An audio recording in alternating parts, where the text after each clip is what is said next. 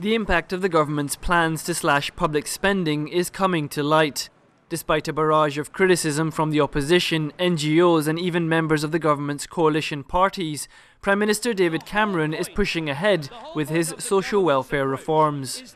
The government is placing new limits on the amount of financial support it offers to people who struggle to pay their rent, whether it's because they're out of work, can't work, or have lost their jobs.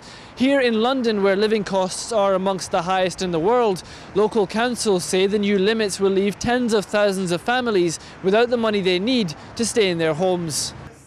Among the many worried about their family's future is single mother Meiti de la Calva. She's been living in London for more than 2 decades and has 2 children. But she's been out of work for several months due to illness and fears the prospect of becoming homeless. We've already been homeless. My children have already been homeless.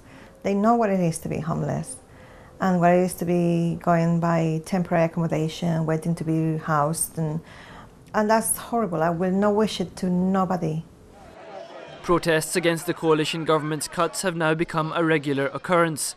Many workers and families are furious because they feel they're picking up the tab for a recession that they say was fueled by risky practices undertaken by the banking system. They're actually playing with our livelihood to the point of that we just have no money to survive, money to pay the rent, these things. And it seems to me that banks are extremely abusive. You know, they're making money of you, and on top of that, they go bankrupt, and then you have to end up paying too.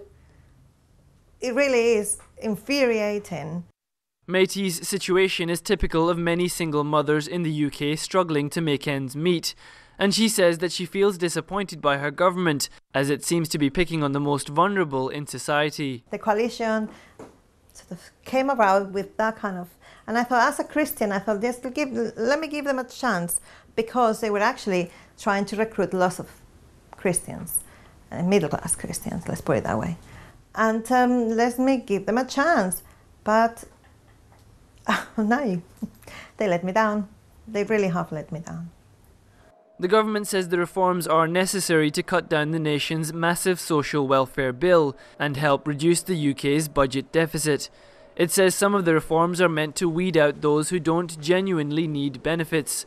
For now, for people like Meiti and her family, the future remains uncertain.